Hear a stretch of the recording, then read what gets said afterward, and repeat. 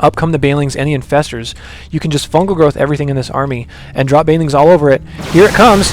Here comes the big engagement. Fungal growth should be coming down. Here they go on top of the Colossus and on top of the Stalkers. Banelings are dropping all over everything. Down goes Cruncher's army. That is so beautiful to watch. I love that play from Zerg. He also does line control a whole bunch of Colossi, and now there's nothing but Colossi standing, but on their own, they're not going to do very much against what mouzMorroW may be able to field. Cruncher is replenishing his army, but Cruncher can, I mean, geez, I keep mixing these players up. Cruncher's replenishing his army, but mouzMorroW can really flood out another army in no time. Cruncher actually does deal with that small force of mouzMorrow's here very fast. There's actually an Ultralisk Cavern coming down. Cracklings for his Zerglings is coming down. If Cruncher wins this, this will be unbelievable because of how far behind he's been the whole game. He still does not have a third. Down goes these Colossi. A bunch of infested Terrans are being spit out. Ideally against Colossi, you'll want to split them out just a little bit, but mouzMorroW is kind of accepting that he's so far ahead right now, considering Cruncher has almost no income. But back to the battle. mouzMorroW is just flooding out Zerglings as fast as he can. If he does get us around on this Colossus, which he's going to, it'll go down so fast. But Cruncher actually wisely walks up here. A few infested Terrans are vomited up here to try to knock that Colossi off the cliff.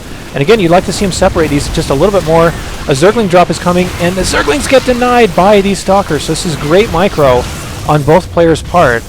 Cruncher is just barely staving off death here. He is distance mining on this natural. He cannot even afford to put up a Nexus there.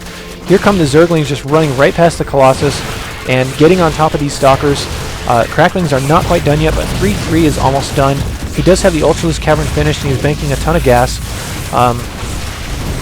This small force of Zerglings is eventually going to be cleaned up by Cruncher's forces, but he's taking so many losses, and he has such a little income right now. Particularly with the income tab, his income is like 1/3 of mouzMorrow's in terms of minerals. It's actually even less than that. It's about 1/4. But nevertheless, you can see a whole bunch of units still dropping here, and all mouzMorroW has to do is send Zerglings out. One thing you're going to want to focus on if you're playing Zerg, especially in this late stage of the game, is keeping up on your larva injects. You really need to make sure that you have larva available so that if your army dies, you can replenish it really quickly.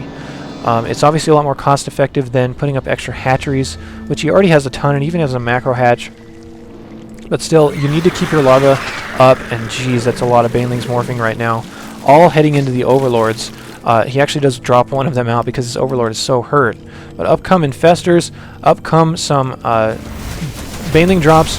There's basically this one Colossus. It's like, I'll fight until my entire team is dead, and they're going to be dead soon. Cruncher does just leave. That's unfortunate. I wanted to see this last Colossus die. Look at this Colossus, 64 kills. So he was definitely worth his weight in terms of what was invested into him. But Cruncher just got starved. And you can see how effective Zerglings can be at just completely denying everything. He had this Nexus denied like 4 times. He was doing drops at the same time, keeping Cruncher on the back foot constantly. And if Protoss can't get past their second base, whereas Zerg have 5, there's almost no way Zerg is going to lose that. There's very rare occasions where Protoss may be able to macro up one big army that the Zerg player just can't stop. But you saw how awesome those Baneling drops were on top of the Protoss army. That's really something you're only going to see in higher level games. But if you guys at home can mimic stuff like that and run an army composition like this as Zerg, you're going to deal with Protoss armies so easily, especially if they choose to go for Colossus. It's not going to be nearly as good, against a Stargate-based army, which you don't see terribly often anyway. But nevertheless, I hope you guys enjoyed that. I hope you guys enjoyed watching mouzMorrow's insane macro, going for that third hatch at 4:30, just so early.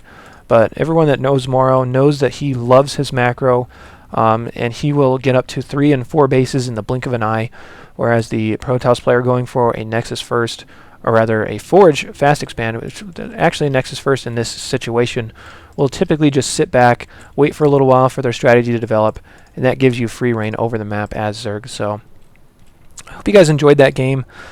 Stay tuned for more games in the very near future. I'll be back to keep you guys entertained and keep you all somewhat educated on this game. Until then, take it easy, have a good night, day, and I will see you later.